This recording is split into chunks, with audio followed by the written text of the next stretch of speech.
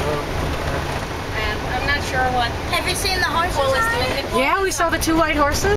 Very well connected. They came up to the lodge the other day. Oh, did they really? We were trying to get the younger one, Trigger. He never used to be really white. He used to have like brown these organizations looks like he grew it out. are great because So they he want came up something here that's and doing wildlife conservation. He can figure out how to get out of of a place his where you need down wildlife conservation. And Oh, most so how did your dogs deal with it? wildlife conservation? Did they bark at them? They were that chasing him. the people that live here are doing Nobody got kicked? wildlife conservation and are making That's good. money. And They probably know dogs unfortunately, living here. They don't. The girls that grow up, you know, she's They're pretty like wild. what they would say here. She's got Only- a little spoon in her mouth. And she Only the has. mother and same. She's got Oh. all the money and all the contacts, and the only way we can You access live over it here, right? is through her. And she's the same one.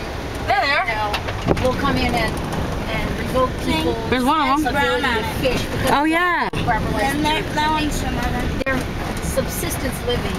You know what I mean? Right. And it's like that's total bullshit. Excuse my French, but I mean, you know, come on. These people have been living here for hundreds of years, escaped slavery and survived in this place, and are now expected to go purchase a license to catch the same fish. Like my mother-in-law is supposed to go get a license to go catch a few little fish to eat. Dinner, yeah. I mean, come on. You know, and so there has to be a community and a governmental understanding going on. And from some of the stuff I did in the States before I moved down here, I decided very wholeheartedly that if things weren't accountable to the community, they shouldn't really be going on. So my thrust in being part of the organization is to try and make sure that we have an opportunity as this organization that then monitors what goes on here based on the fact that we're a sanctuary, that people can't come in and do what they want without it going through the community. If it's not in the best interest of the community, it's not going to happen. And the thing is that we're sort of vying for the right to co-manage, because we can't have total authority because the government will always maintain some. And the government wants us to do that, and if we don't guard that very closely, somebody like this gal will undermine it and take it over, and if they do, then, you know. Yeah, that was actually once my intended career path, was to work on stuff like that. I was ABD for a PhD in development and African studies. And one of the reasons I decided I really didn't want to do it is because I saw that the people on the ground level who were trying to make sure that communities had a stake in things like that were fighting a really big uphill battle. And it was more big AID consultants flying in for a weekend and making decisions about stuff they had no idea what they were talking about. And about people they Not don't giving know. the local people a way to have an interest in conservation and make some money from conservation. Well, and ironically, I mean, this sounds really crazy in a way, but I told my son, I said, you know, Isaiah, in the circles I grew up in, you were really somebody if you could get in with the wealthiest of people. But let me tell you something. It's easy to get in with the wealthiest of people because they don't have shit except for certain mannerisms and certain costs and money. I said, when you get in with the poorest of people, you've actually accomplished something. Because those are the people that really have had to fight to survive.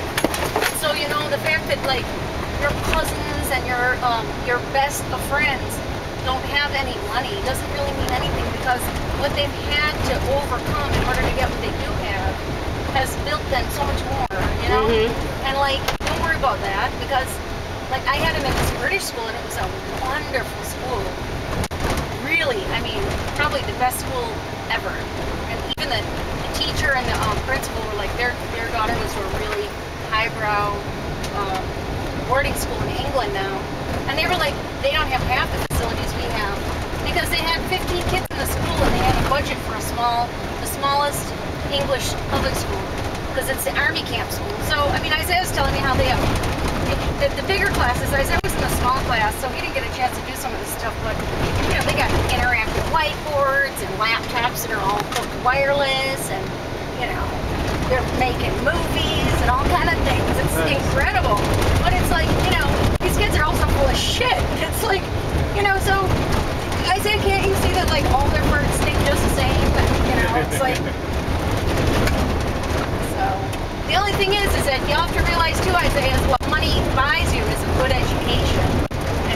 the opportunity to get that, they're supposed to appreciate it and take advantage of it, right? Right? Yes, teacher.